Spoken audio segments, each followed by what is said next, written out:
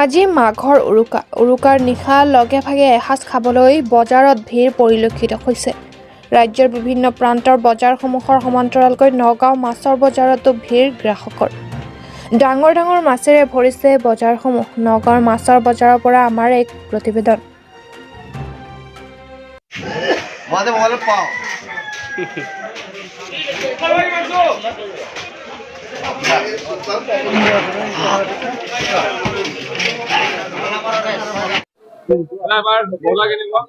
ভাল আগতকৈ ভাল হৈছে আগতকৈ ভাল মাছৰ যিবোৰ ৰেট কাতলা আপোনাৰ 4 কিলো ওজনৰ কাতলা আমি অন্ধ্ৰপ্ৰদেশৰ 4 কিলো ওজনৰ কাতলা 250 টকাত আমি পাইকাৰী এৰিছো আৰু ৰৌ মাছ আপোনাৰ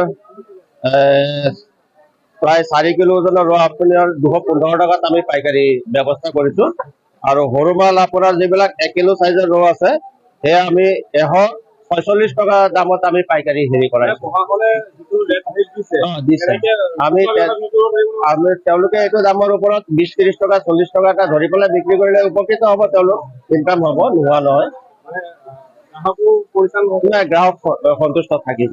আমি প্ৰশাসনে আমাকো কৈছে বোলে তোমালোকে দামৰ প্ৰতি কিন্তু লক্ষ্য ৰাখিবা, সেইকাৰণে আমি দামৰ প্ৰতি আমি মানে সদায় মানে সচেতন বিহু টাইমত যাতে দুখীয়াসকলে এসাঁজ মানে ভাত মাছ দি পেলাই যাতে খাব পাৰে, আমি সেইটো সদায় আমি লোকেল মাছ আহিছে চিতলো আহিছে, আপোনাৰ ভকুৱা মাছো আমি দেখা পাইছো বজাৰত ডাঙৰ চলিছে।